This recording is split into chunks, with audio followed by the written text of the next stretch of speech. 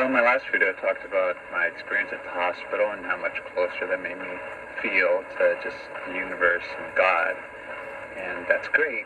You know, ever since then, I don't really feel like I'm ever truly alone.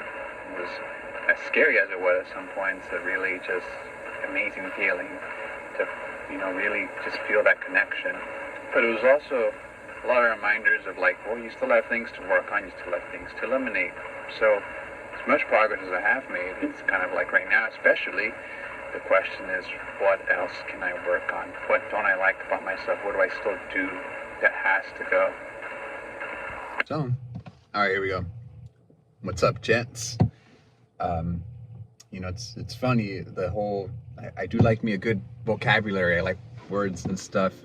And it's funny, one of the things I did want to talk about in this video is like habits and who you want to become. That's one of those things that I feel like bugs people. I feel like I like it. I like me a good word, but it's one of those I think I'm just gonna have to learn to keep tame, keep under control, where I'm not constantly using like Scrabble words to talk to everyone. So what I wanted to talk about today, there's this loop that I always end up going into where it's like I'll make a ton of progress and stuff and it's going great, and then I'll get really comfortable and stop, basically get just like flatline, which is no good, because if you flatline, you're not really going anywhere, you're regressing. And then inevitably some event will happen, something will go down, and I wasn't prepared ahead of time for it, and then you just repeat that over and over again. Basically what I'm trying to do right now is really kind of focus in on, okay, like before in the past, when this loop would happen, especially like when things would go wrong, like mentally I'd be all over the place, it'd be a disaster. So I'm not at that point anymore. When things go wrong, when things don't go my way, when hardships occur, I'm at the point where at the very least I don't get stressed about it. I don't get into crisis mode. I even have a physical check for it. If I'm stressed out or I'm having issues, you will either see it break out on my face or more uncomfortably, you will see it break out in my digestion, so that my own body will put me on check if I'm letting things get to me so bad that I switch to stress crisis mode. However, what separates the person who I want to be from the person that I am today, given how much progress and stuff I've made? How come I'm not there yet? The person that I imagine is incredibly creative, incredibly like collected, calm, always has a solution, or at the very least something valuable to say. You could even think of like the physicality of it, right? Like I imagine someone who's incredibly in shape, eats really well, always is making great food. My fiance makes these delicious pastries, so it's always like, he can totally just even enjoy that kind of stuff. Get into the money aspect of it, of course, bills are paid, more than enough to be generous. And so you kind of see where I'm getting at, the type of person that I want to be, the 10.0 version of myself. Whereas at the moment, I'm no longer 1.0 version of myself, but I feel like I'm at 2.0, and it's been just kind of stuck, and it's like you think of a PC computer in the 90s. It's like, okay, you've made it to 2.1, now you're at 2.3. Oh, here's 2.5. Oh, this is 2.58. It's like, just hurry up and get to the next release already. How do you say, a lot of this stuff, it requires like context from my previous videos and stuff. So if you're new and you're watching along, just bear with me. But a lot of this stuff, it kind of focuses on what I call the big three, which is, how early are you waking up? Are you exercising to the point where you get winded? And how is your food? How is your diet? Not necessarily with the focus of like, exercising solely just to get ripped, or eating solely just to have like an amazing body. Those are byproducts of the work that goes into it, but no, it all focuses on the mindset to achieve clarity, to achieve a good connection to the universe. So it's like, okay, well, obviously when I flatline, I suddenly start to refocus on those three. So that's definitely part of the recipe, is to not change that and just keep focusing there. But aside from that, it's like, okay, well, what's still keeping me here? And a lot of it just comes down to bad habits right now that I'm trying to change. So part of it was just the realization of like, I go into these, I'm still, through the help of talking with my circle and stuff, it's like I'm still hanging on to these. They're still keeping me doing the same things. Some of them even almost to like, it's almost like a reflex. Like a big one I had recently was like, I don't reach out for help, but it isn't like oh my goodness, poor guy, he doesn't ask for help because he's so he's such a man that he never has to feel the need to ask for this or that. And it's like kind of was a realization where it was flipped for me, where it's like, no, you don't ask for help because you don't feel like you're winning enough. You don't feel like you're confident enough to ask for help.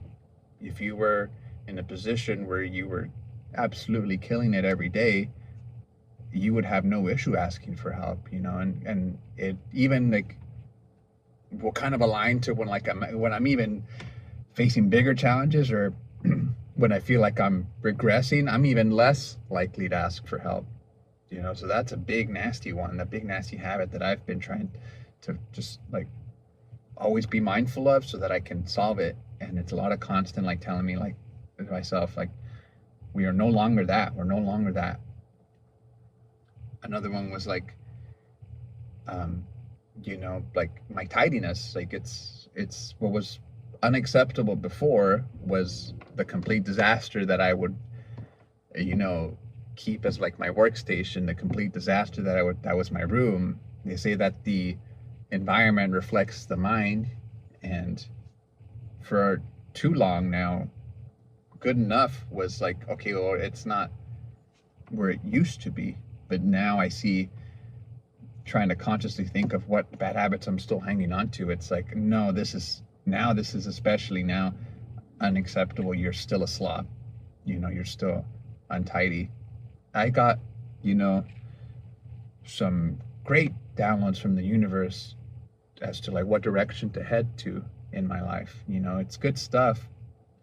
I think it primarily came from like this like feeling of like, why do we all get these gifts and these strengths and these personalities, and then we decide to just waste them? We decide not to further pursue them, and then it's like why do we decide to do that? Is it just for like, a promotion, a corporate promotion,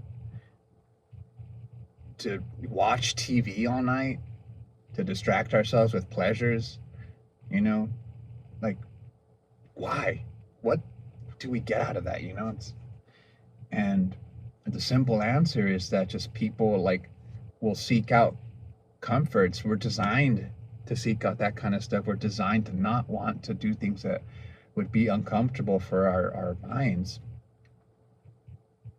And it's through learning to do the things that you don't want to do that you start to build those good habits to, really start to do the things that you were, I would argue, designed to do, that you were put on this earth with a purpose, and these dreams and these talents, they didn't come out of nowhere. You didn't design them.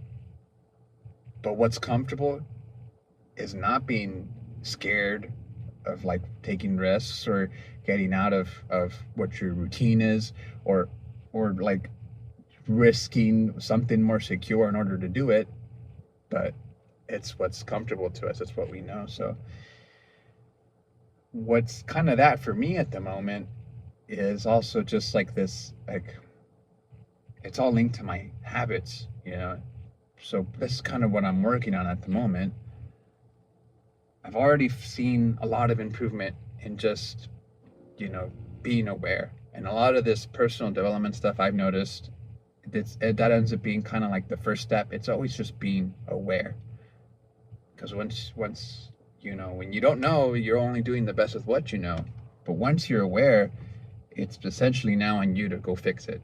Because if you're aware now and you decide not to address it, then you should not be surprised when you don't end up doing anything. You end up nowhere. So I think overall, this video I just wanted to keep pretty brief, because it's a little bit more of like, hey, here's this, these realizations that have been brought to my attention, where it's like, okay. And I'll leave you off with this one, because I think this is like the big one. The big one for me is that I historically just, A, I don't listen, truly listen, and then B, when I try things, I'll never finish them, because I end up just like trying to figure it all out myself, and then I end up, with this information overload, which is I think why I said earlier a lot of this stuff is even just like it's I don't know the word for it. So there you go, Mr. Big Vocabulary. You can't even think of what you're trying to think of, but we'll just call it a really ingrained habit, like it's almost automatic, right? That I think stems from like I really was always I always really valued my intelligence, but I think also too a lot of people, especially when I was a kid, because most people will value intelligence based on how good you do at school or whatever. So when I was young, like a small kid, I was really good at it. And so I think I valued it, but also a lot of people would just tell me that, like, you're a smart kid, this is that. And so I noticed that a lot of this, like imagine in the Karate Kid, right? Mr. Miyagi was teaching the whole wax on, wax off method, and then the kid basically just goes like, "Fuck that, old man! You don't know what you're talking about. I'm gonna go whoop his ass." That would be me. That's essentially me. That's what I've been for 30 years. So that's the one that I'm gonna overcome right now. And so a lot of this modifying the plan stuff, even though I don't consciously go like you don't know what you're talking about, right? This guy's stupid, or this person's it's like still like rooted in that, like it's still happening because I was doing that for so long. And so I think I was getting in my own way, and not just putting in the work and attracting the results. By now consciously being aware of that and deciding, like, actually when you're not asking for help, it's because you're in a losing position in life. Actually, looking up all this information yourself and trying to seem like you're very knowledgeable, you end up looking like an idiot. So congrats on that. Actually, the fact that you can't stick to things is a sign of like non-commitment, non-consistency, and then there's no real results to show. There's no undeniable results to show, to say like, here's what I got by doing this, because you don't stick to it and you start trying to modify things. So if I had results and stuff, it would be one thing, but I don't. So this is what I'm currently practicing. I try to remind myself constantly, like, I don't know anything, rather than being, like most people, where you rely on motivation, right? There's a flame that will sometimes burn incredibly hot, and then it just whimpers down right after like burning for way too hot for way too long, and then it just flame stops completely. Or you just keep stoking that fire consistently. You keep moving forward, and again attracting the results that you want by putting in the work. So I think that'll do it for this video. It's a little bit more of like what I learned type of video, but I hope maybe there's someone out there that like is just as stubborn and as blabby as I am, and then just to kind of put yourself on check, like, what are my bad habits and why are they holding me back? So it's not even just about finding them. It's like really starting to let them soak in and make you feel a certain way so that you stop doing them and you start to learn from them instead. But we'll catch you in the next one. Mr. High Intelligence here. I'm wearing a sweatshirt and sitting in the hot sun. So, 4K video, probably see the beads of sweat forming on my face right now. Delicious saltine crackers, but enough yapping. I'll catch you in the next one. This has been my Journal of Quarters.